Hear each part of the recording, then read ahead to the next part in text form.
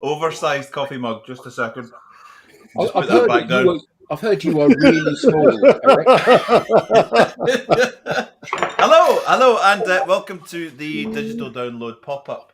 This is quite different because I've been asked to be the guest editor this week, which is lovely. Filling big shoes from the previous guest editors, Tim and Brittany and William. So as you can see, everybody on the screen, you know the regular crew. We've got Rob, we've got Adam, Tim, we've got Alex Lenwood, and the lovely Nick, who's just warned us that he might have to run away at some point. So I'm just letting everyone else know, full disclosure. I thought that'd be good. Everyone okay? Brilliant. We're amazing, mate. Good week? Fantastic. Yeah, just waiting for the first bit of engagement to come in. Just waiting for the first bit of engagement. Are we live? Have we confirmed that we're live? We are live, yeah. We are live. We need engagement because it makes us look clever.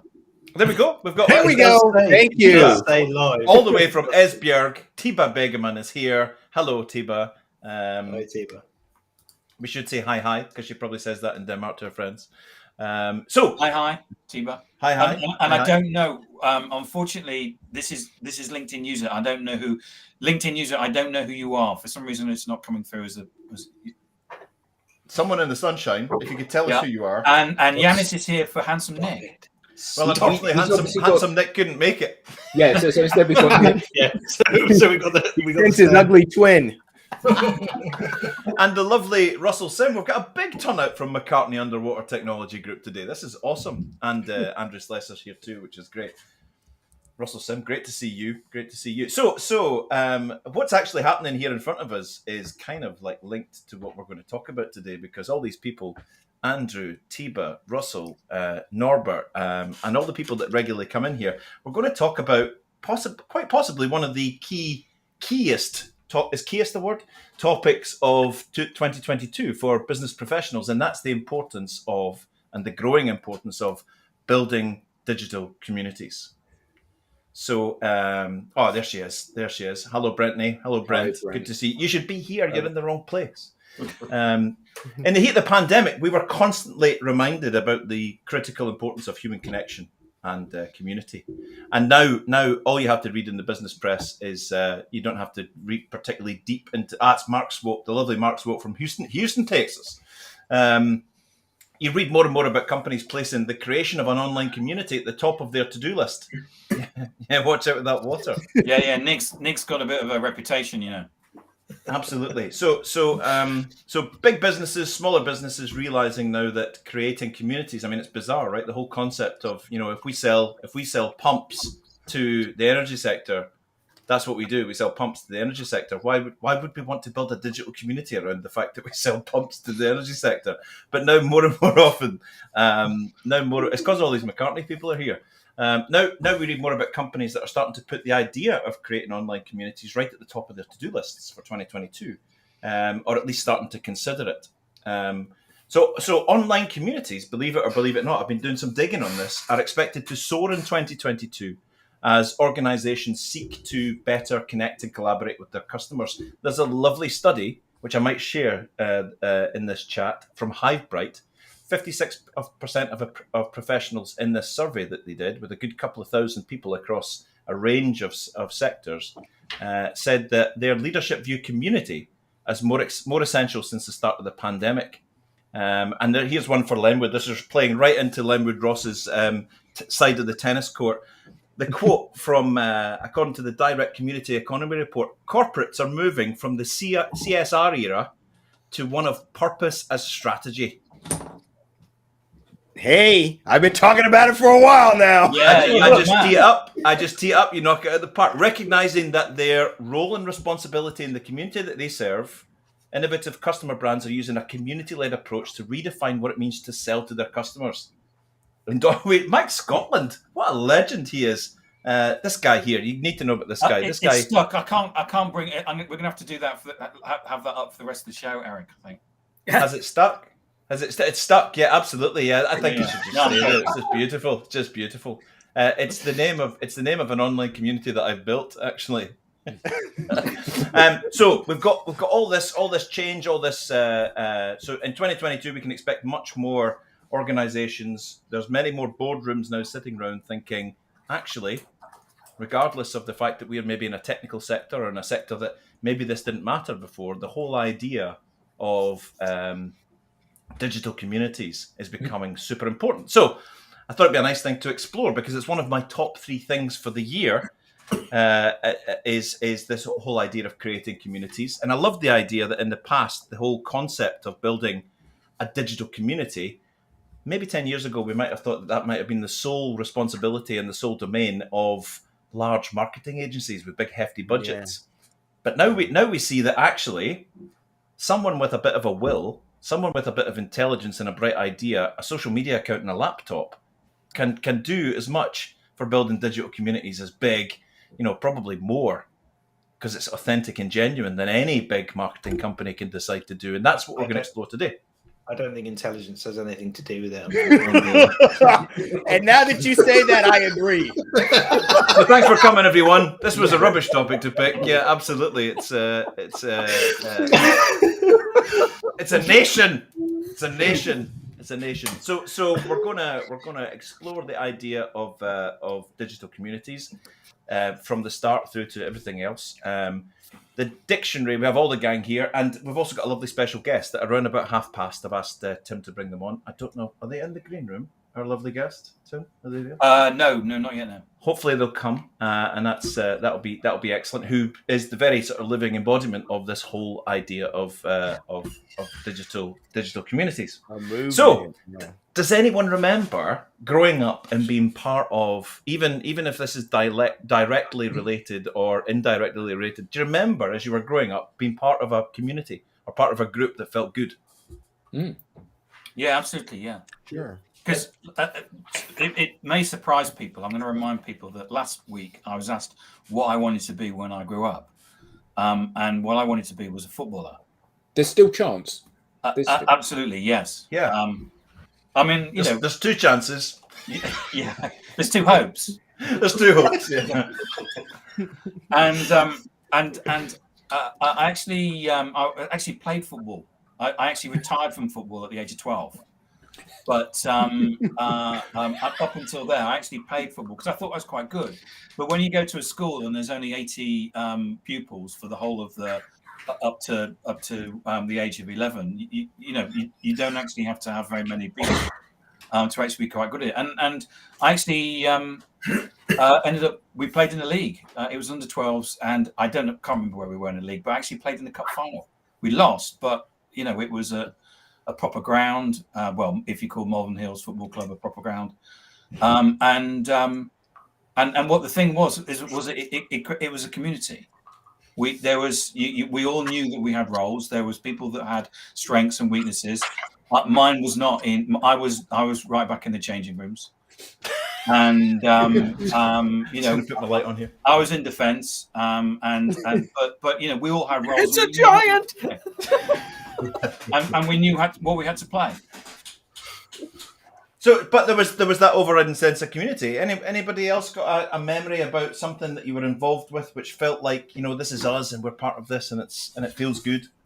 Yeah, definitely. Gaming for me. I mean, it still is, and obviously for you as well. Yep. The Xbox when it first launched. And before then, PC gaming as well. I can distinctly remember. I mean, this was in the days of kind of early PC gaming. A game called Unreal Tournament, which was a first-person shooter, but you could type in game to actually chat with people. It was stunning. And I remember, I distinctly remember I was at university when I was playing it, and I remember one month I had a £530 phone bill from the dial-up. From the dial-up. Yeah. Do you remember dial-up? No, what is it? Yeah. I remember when I was a kid, my father got me an Amstrad CPC 464 with the keyboard with the built-in tape deck and the green screen. And I subscribed to at the local newsagents Amstrad World. And it had page after page of code that you could type in. Waiting though in your sweaty hands for it to sweaty come little to the hands letterbox. and 30 pence to buy Amstrad World. And the middle 4 pages were a pull-out code that you would and semicolon and I still like backslash. that. that analogy that's what that's kind of how I see social. I see it as a video game. It's you're racing to amass followers, and you're existing in a digital world. It is a video game. To me, it's a video game. That's how I see it. Okay. Are you okay? Are you actually locked on? There's not water in this. Did you ever find though in those when you typed all this stuff in that it didn't work, and then next month it would come out and they say, "Oh yeah, well actually we missed this." Yeah, there was a weekend. I've got a story. A colon at the. Yeah, a colon. I've got a story around that. So 1 month there was a particular magazine me and my friends used to get. It was a Super Nintendo magazine. And 1 month they did. Do you remember? Anyone remember Mortal Kombat? I do remember. Sure. Finish him.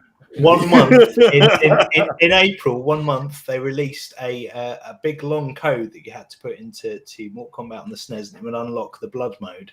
But you had to balance a penny on top of the cartridge. 4 times I put this code in, and it was 2 pages long until I twigged that it was April the 1st. Oh no! I love it.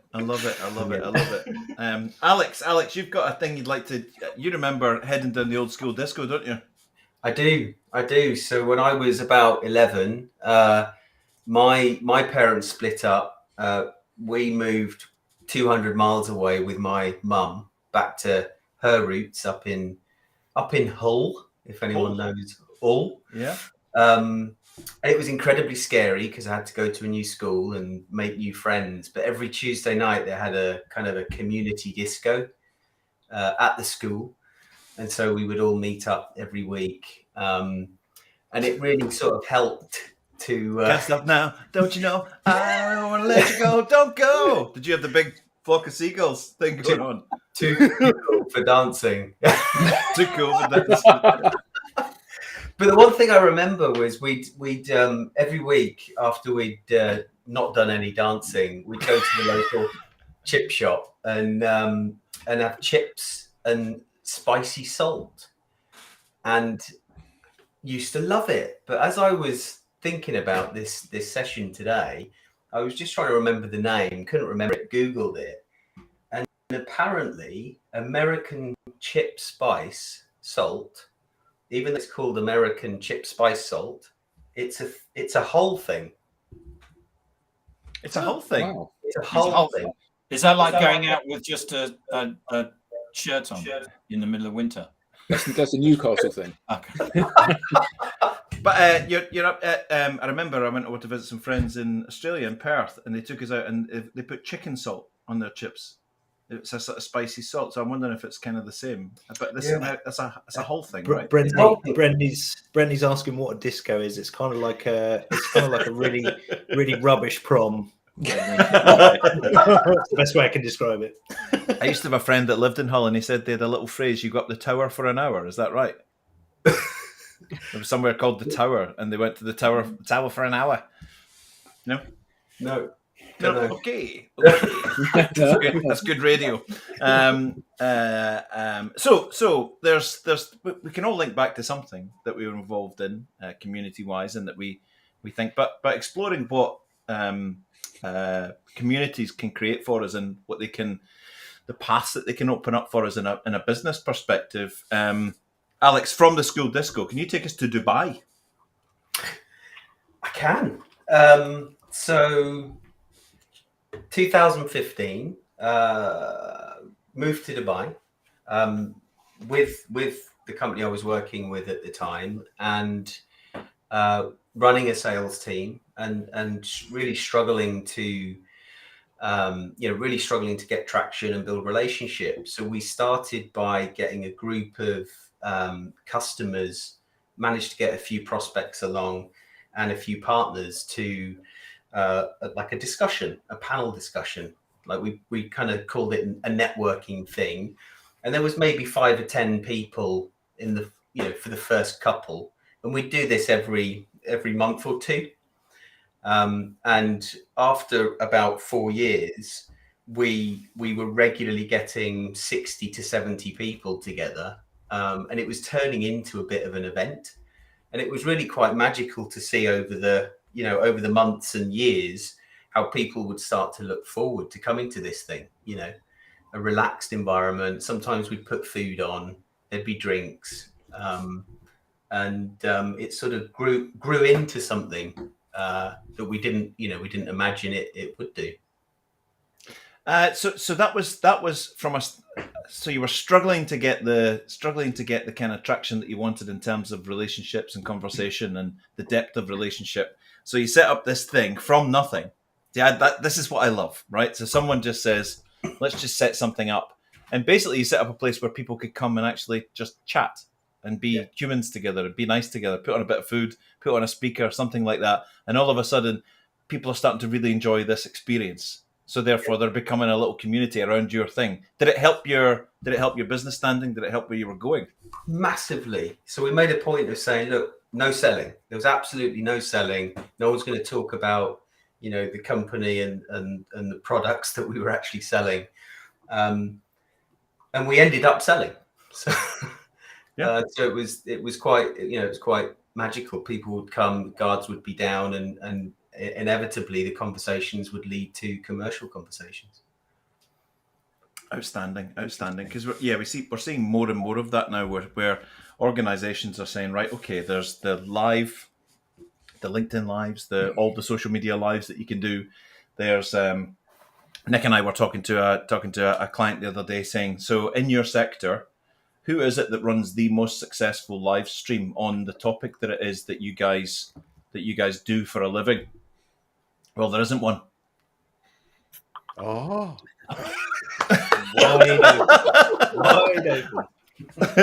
Yeah, there isn't one.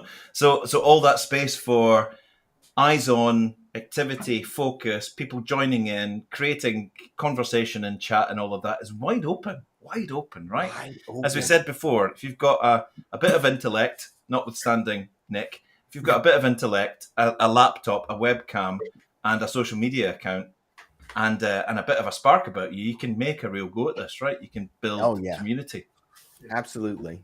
Woo! Absolutely. So good. I'm fired up. It's so good. You're fired up. You're fired up. Why don't we? In fact, well, if you're fired up, why don't we come to you next, Linwood? You've got something you want to share with us, which plays right into this. Yeah. You want to take absolutely. Yeah. So, community, from my perspective, and what everyone's Eric has, kind of introduced today and talked about, and it could start with one person, right? And so, I actually shared. I wanted to share some content on that. Can I share that? Here, I'm going to share. You may. Here comes my screen. Okay, so the idea of building community or building a movement begins with one person with the willingness to learn, grow, and lead, right? And I call those people change makers.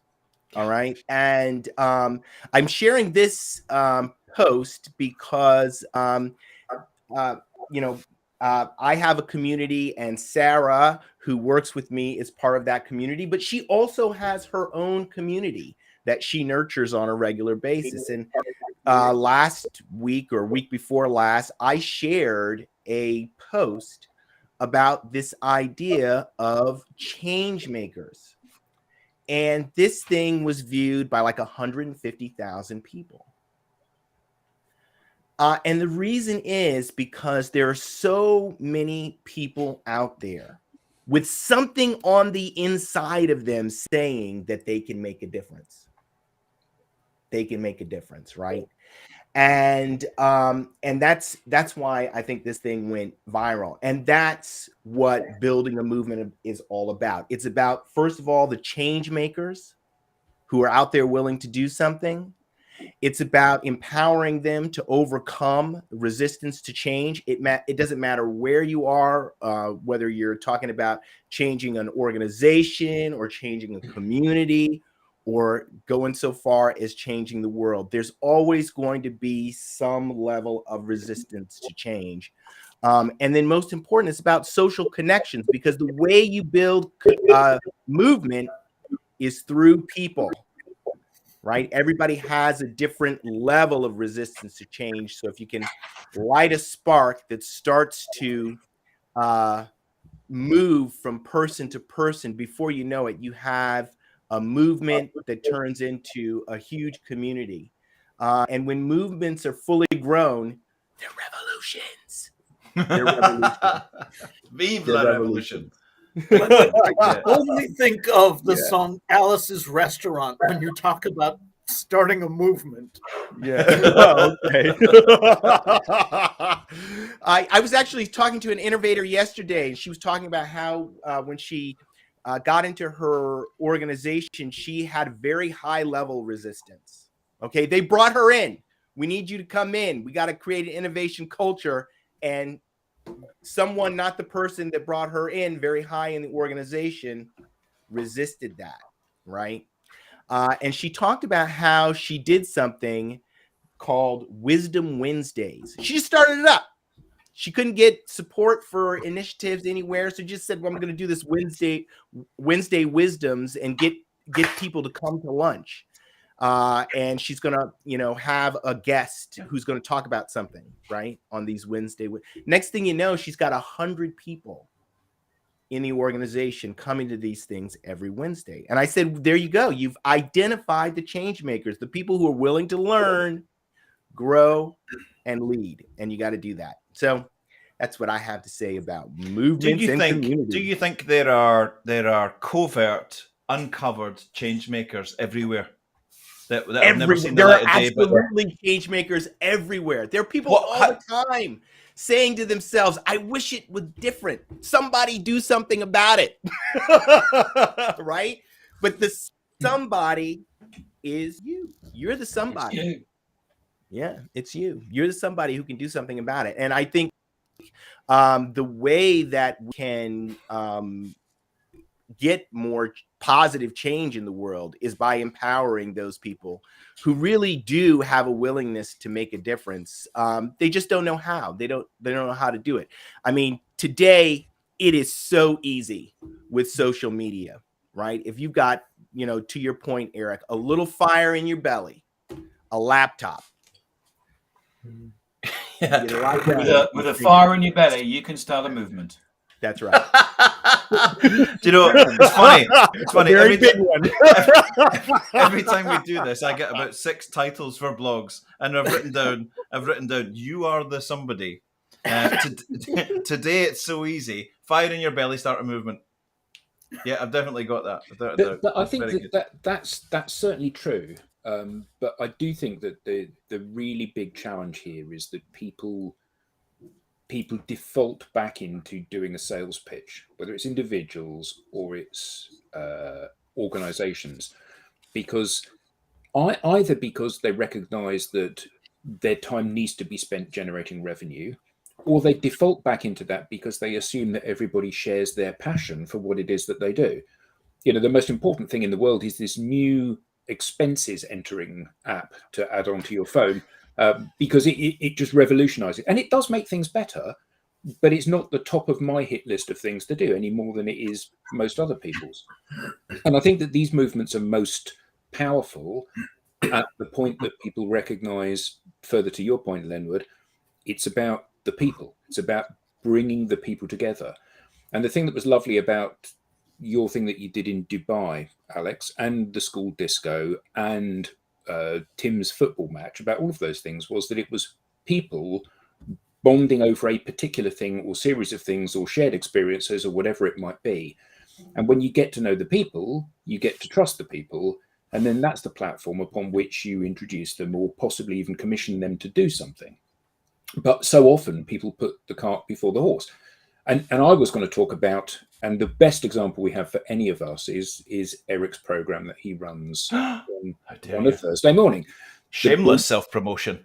well, it's not, because it's not my show; it's yours. But the big live breakfast burrito is great because it is a bunch of people being themselves and having fun. And you go onto it and you watch Vanessa talk with passion about wines, not business related, just wines.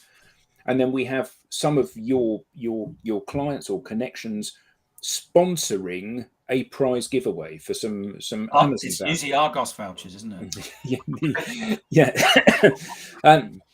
And we have people doing word of the week or a poem or whatever it is that are just things that we can all bond over. And you've done a great job of creating a platform where the audience take part in those activities, those shared activities that we all remember from going to the disco.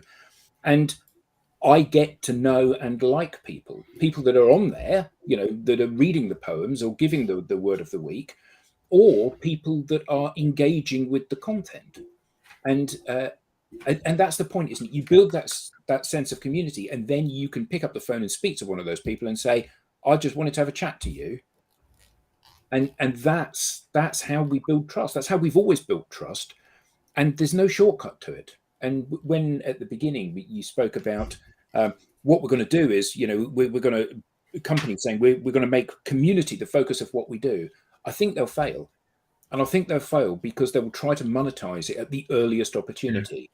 Yeah. It's like the old days about, when should you close? The answer is at the earliest opportunity. When should you monetize your community? At the earliest opportunity. And what you do is you chase the very people that are making it successful out of the door when you try to do that. Or what they'll do is that they'll because they're so terrified of saying the wrong thing, they'll script it. Yeah. And it'll all be scripted and everyone will go, you're just reading it off a script, not interested. Yeah, exactly. So Jonathan, what's your view on that? Our view is that we are a business-minded, centrally focused, global-focused solutions provider who's all, yeah. Thank you, Jonathan. In the world of ecosystems that we have solution-focused integration. Yeah, we need some more people to lay some eggs on this. That would be really helpful. And we need to make sure that we're tracking the KPIs for the BOEs and the RSQs. Yeah, totally. Today's conversation is so scrumptiously, deliciously, edibly, tastily, good-hearted to me. Savour the flavour, the awesomeness in you, gents, sharing your delectable thoughts with us today. That is the best quote. I love you. Kenny is hungry. Ever. Yeah. Yes. Kenny needs breakfast. 800 million people on LinkedIn, and there has never been a better quote than that. That's the best quote ever that we've ever seen.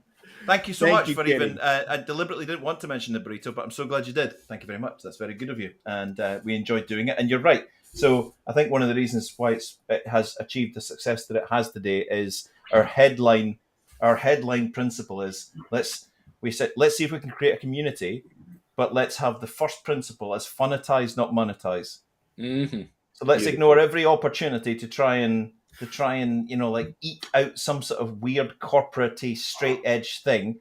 Every single person that I know and love in my life likes music, likes fun, likes jokes, likes poetry, likes I'm Scottish, so everyone I know likes alcohol, likes wine, likes chatting and likes telling jokes and fun, and that's the people I like to be around. So there's no rocket science in the fact that if you put a venue where it's about music, fun, jokes, stories, express yourself, have a laugh, that's something that's at the core of the majority of people in the world, right? So it's not about integrated ecosystems?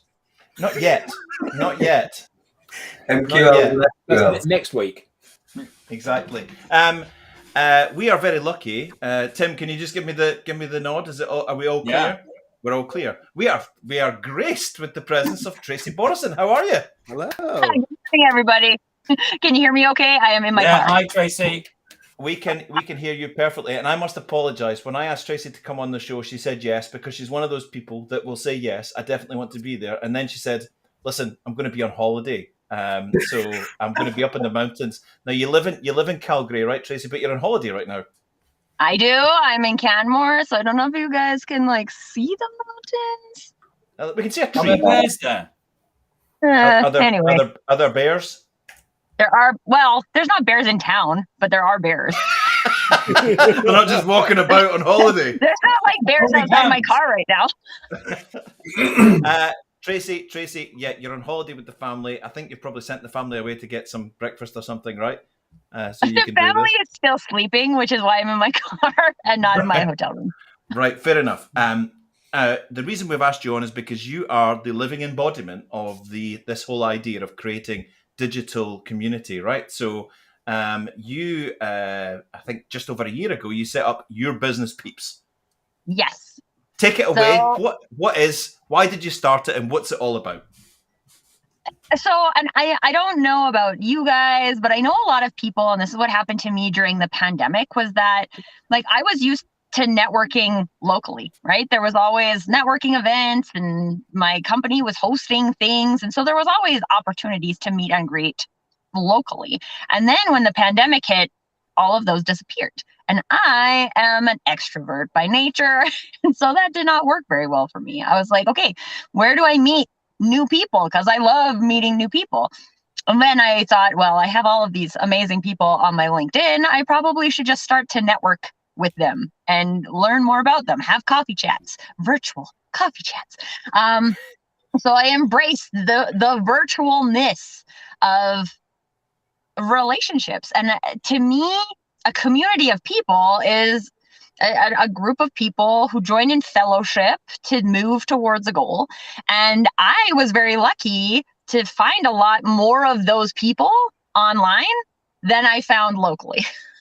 Which also, interestingly enough, has led me to more of the local people who are also in this community now of mine. And so I co-host the community with a very good friend of mine, Tara Argo, who actually lives in Norman, Oklahoma. And we met online. We actually met in a coaching program that we were in. And it was a really big coaching program. So there were 400 and something people going through this program at the same time. And they would have these weekly Q&A sessions. And that's where everyone was supposed to bond. And we were all supposed to become this great community. And like 5 people would speak and the coach would just tell people what to do. And I was like, is this really a community? It did not meet my definition of community. So I, being the person that I am, decided that I'm one of those change makers that Lenwood was talking about, right? I'm like, I don't like this. No one else is doing this a different way. So I'm just going to go and create it. I'm just going to create it. So I started off with like a Facebook group, and my Facebook group was free. And it really was just an opportunity for people to come and practice being themselves. So here's the interesting thing, because you guys were talking about monetization, and I maybe have a little bit of a different perspective on that. And the point is not to monetize it as soon as possible, but there's also some things people don't do unless they're financially invested, because that shows that they're actually invested. So the Your Business Peeps community is about practicing showing up who you are. It's about using your voice. It's about connecting with people. And I had like so many people in the free Facebook group that just joined and then did nothing. Right. So you can't build a personal brand by doing nothing. That's just not a thing. Even if some other fancy personal branding coach wants to tell you that you can create a personal brand in 2 weeks and then you're going to have all of the followers online and all, it's not a thing, you guys. It's just not a thing. You have to practice. You have to show up. You have to meet people. You have to do a thing. And so after running that community on Facebook, I think it wasn't quite a year, we transitioned it to a platform called Mighty Networks, which is a community creation platform. And it's not on social media specifically because then you get around the algorithms dictating what people see, and the members can actually choose what they want to see. And it was just, we charged for it. We were like, you know what? You want to come over here and actually do the thing?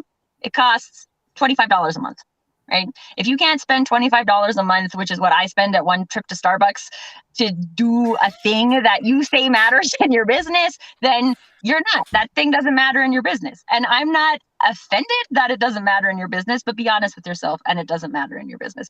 So it's a paid community, and it is all about people showing up and supporting other people and loving other people and creating a space. One of my core values is belonging. And there's lots of reasons we can talk about on a different day about why that is true. But for me, I believe every single person on the planet deserves to feel like they belong because they are who they are, not because they have to pretend to be something else. And so that's what we are like at Your Business Peeps. You're not. How many members? How many members right now? We have a beautiful 37 members right now. 37 members, and they're international, right? They are international. So we have members in South Africa, Japan, lots in North America. So Canada and the US, the UK, one in Croatia, which is a little testy right now because of the tensions over there. But yeah, and even that though, like we had, so the gentleman that joins us from our community in Croatia, he went through the Croatia crisis when he was 7 years old. And he came and shared that with us in a networking event at Your Business Peeps. And everybody kept apologizing for talking so much. And everyone on the call was just like, tell us more. We want to learn more. This is some of the stories that people tell are stories they've never told another person ever. Because they feel comfortable in their community. Safe. Because we're all there. We're like-hearted. We're there to support people. And that's what we do. Does anybody have any questions to Tracy about Your Business Peeps or anything else, or the fact that she spends $25 at Starbucks? Yeah, what coffee are you drinking, Tracy? Good for me. We gotta have breakfast sandwiches and coffee, and like seriously, 2 breakfast sandwiches and 2 coffees adds up to like $20. It's about Canadian dollars. Yes, that's about 12. So for us, it's $2 Canadian to the pound, so it's about £12. Yeah. Which part of Canada are you in at the moment, Tracy? I'm in Canmore, so it's in Alberta, which is on the west side of Canada, but not the west coast. Yeah, I know in Vancouver you can literally walk approximately 5 meters and you'll bump into a Starbucks. So you're safe. Tim and I know Winnipeg. We've been there a number of times. Oh, that's unfortunate. Yeah. Do you know, I was going to make a similar comment myself. we went when it was hot. It was only -17. -17, yeah. Summer. They all had shorts and t-shirts on, yeah.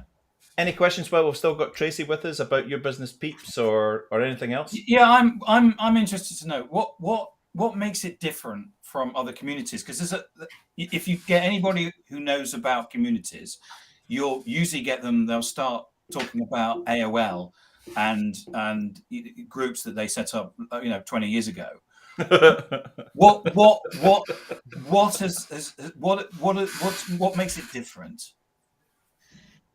I mean, everybody can. I would bet every single member of Your Business Peeps probably says something a little bit different, because every human experience is unique. And what makes Your Business Peeps unique is that it's built on that principle, that we are not creating one specific experience for all people. We are creating a space for people to experience their experience and help them see that that is valid, that if they're having a hard time in their business, we have people who work in corporate, we have people who are entrepreneurs, everybody kind of like across the gamut, men, women, all over the world, like we said.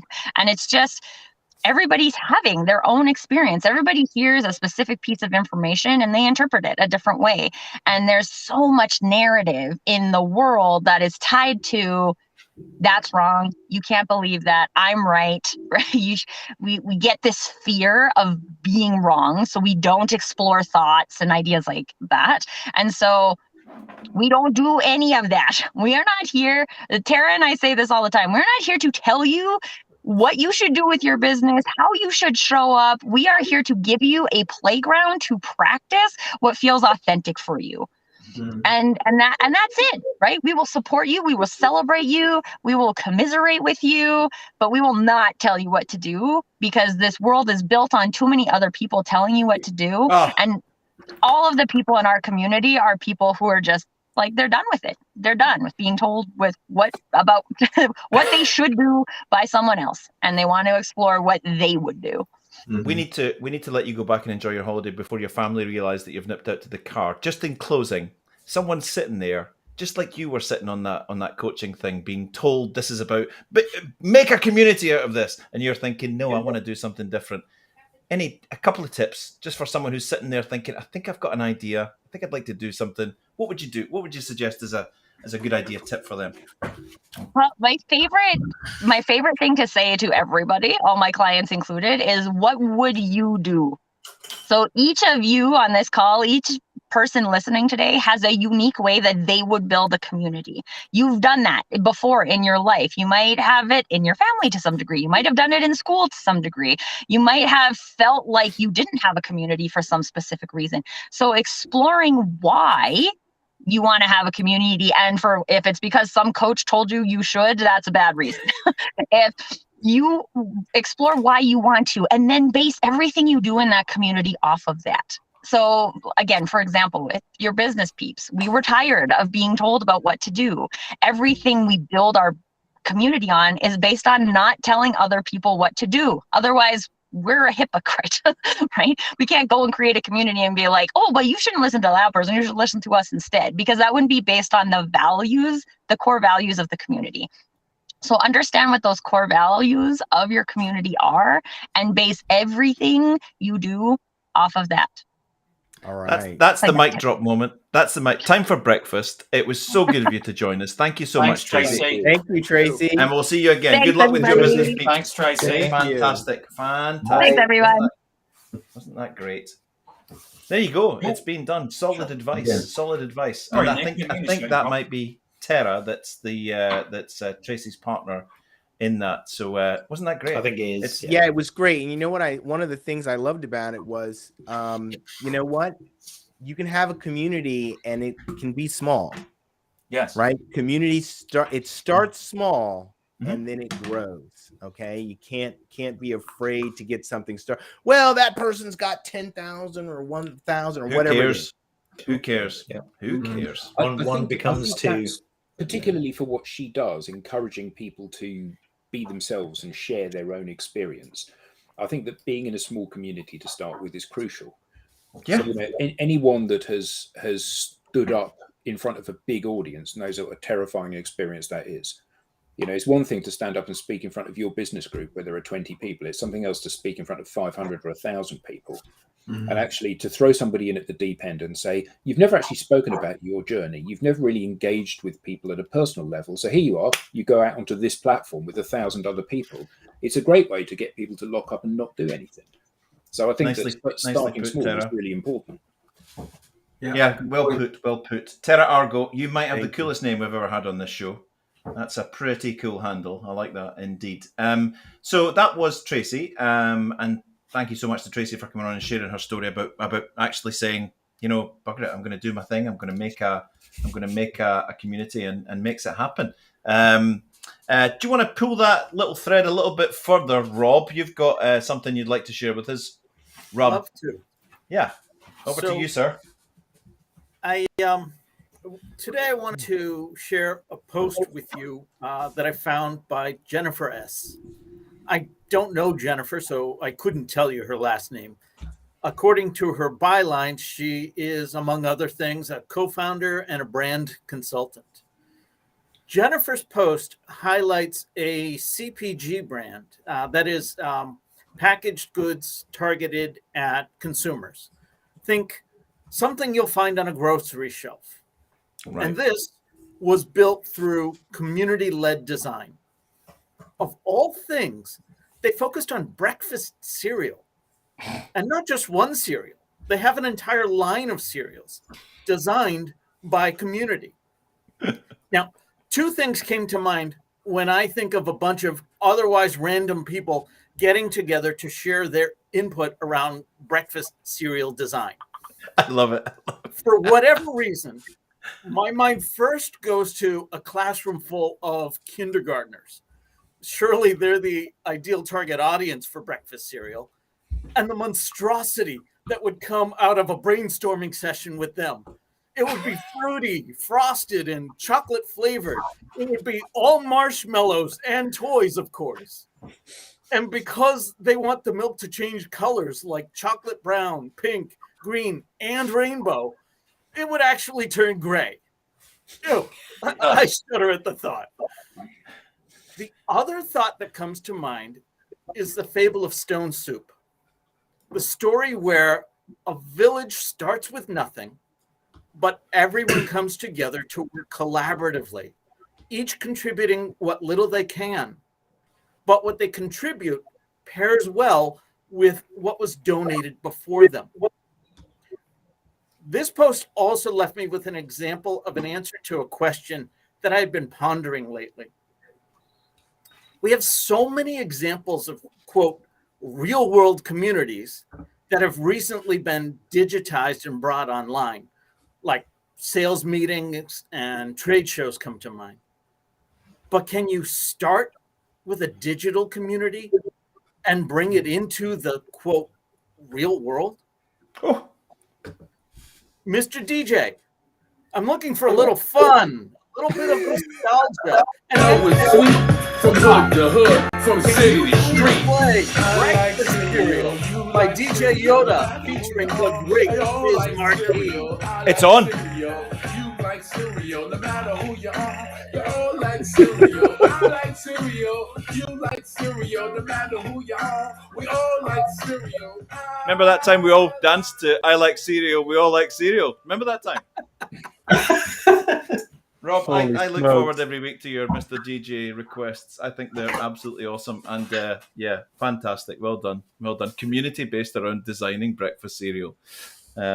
Awesome. I'm going to go to, if it's okay with you, and I think the recipient of this accolade that you're about to put out there is in the audience, Hayley Hudson. And I think, Nick, you've got something you'd like to talk about in regards to what Hayley's doing in her own digital community. Yes, I would. Yeah, Hayley. If you don't know, Hayley is my PA. She is an awesome human being. Love you, Hayley. She is out there in the comments. But yeah, I have seen Hayley literally put blood, sweat, and tears, and I've spoken to her about it. She's confided in me, and I've watched her grow her community from scratch, and it's been amazing to watch. She wanted to build a space for to support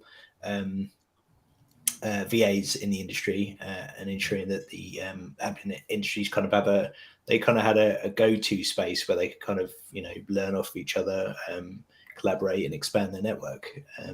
And I think the reason Hayley's very good at it is she's very good at ascribing the value. So I guess people that are joining communities obviously want something back from it, whether that be kind of skills, friendship or a common goal, or just a space to share knowledge. What was she saying? Don't be telling my secrets.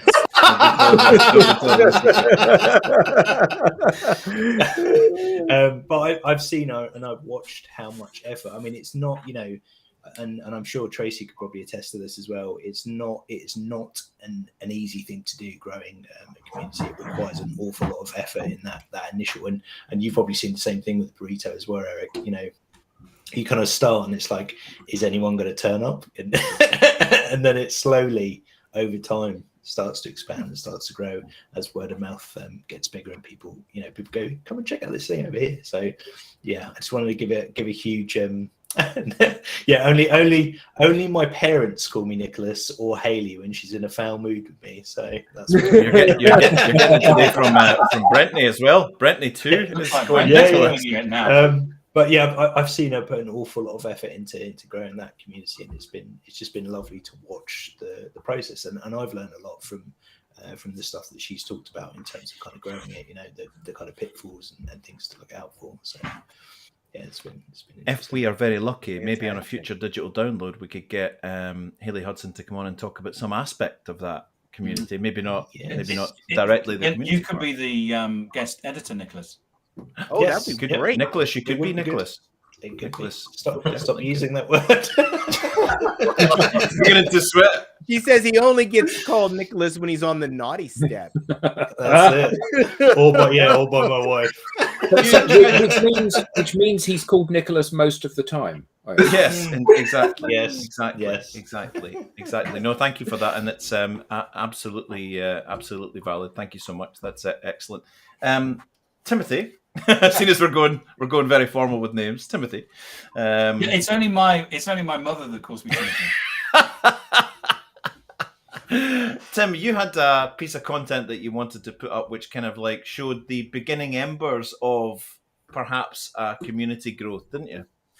Yes. If someone could share it for me, please, that would be great. It's in Slack. It's from Alex Munden. And the great thing of what I mean, the great thing that Alex is doing is that he's starting the process to build a community. Now, yeah, so you're watching it in the infancy, right? Yeah. So what I'm seeing is, there's a lot of talk about community, and what happens is that, oh, here's someone got a community and it's got 10,000 people or whatever. Someone's got to start somewhere, and Alex is doing that. Now, the thing about Alex is that Alex is in sales. Has someone managed to grab that post? Yeah, I'm just you got it. About to share it now. Thank you. Brilliant. Okay, Perfect. great. Here we are. Well done. So the thing about Alex is that Alex is in sales. Now, a lot of people that I know in sales will say, community, that's marketing's job. Yeah. And here's someone that's actually seen the benefit of creating a community. He's not monetizing it, but he's creating a community because he knows that what he needs is a digital territory. Mm. And this is a way for him to actually start building that digital territory, connect to people, have conversations with people, and ultimately some of those will lead to commercial interactions. Yeah, this is exactly what I was doing in Dubai, sort of taking the lead on getting people together. Luckily, the person on the marketing team was a fan of what we were doing, so she was supporting the logistics and the preparation of it, because as it grew, it became hard work. But teams would often look at us and say, how on earth can you get so many people along to an event regularly? Well, for a start, we weren't calling it an event. yeah, exactly. We weren't calling it an event. Or a webinar. Yeah. Or a webinar, yeah, totally. So we've got we've got the sort of direct monetization of a paid networking thing, or the fact that the burrito, anything that we're creating communities around extends the conversation with people that can help our situation, right? Whether that's we're looking to have conversations about working together or doing projects together or whatever it might be. All these digital communities are improving situations, as Linwood said right at the top of the show. Or it might be that what you'll have is you'll get a referral. Yeah. Because totally. what you're doing is that you'll get, what we want to do in the digital space. We know that our customers are out there on digital. We want to be front of mind. How do we do that? Well, the people in our network, we may not be connected to them, but Kenny D may turn and say to somebody, do you know, you need to actually come and have a look at this because I think you really like it. Yeah, and, totally. And that's how you grow the community. The same with Annette Richmond saying, thank you. She needs to put it in a calendar. I mean, you don't know who. That's another. Yeah, absolutely. You don't know who Annette's going to talk to, and and Right. it just goes on. Totally. Listen, Eric, how did you get from an event to burrito?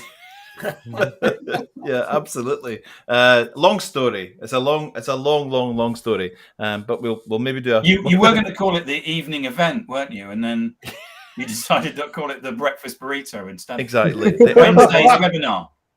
Early morning business networking event. Yeah, big time. Doesn't Let's quite have look the same at these ring. ecosystems. Take my of money. integration. Take my money. Would anyone like an early morning business networking event mug? Yeah, I'm all over that. As long as there was a breakfast at 6 o'clock as well with it, I'll be all over it. Yeah, totally. Listen, guys, I just wanted to finish up on something really fun, linked to what Rob was talking about. Yeah, absolutely, David. Well spotted. This little show was about the power of digital community. In itself, it's a digital community, and it's a digital community that's growing. So we wanted to explore all avenues of the concept of community, bringing it right through to what we can do digitally.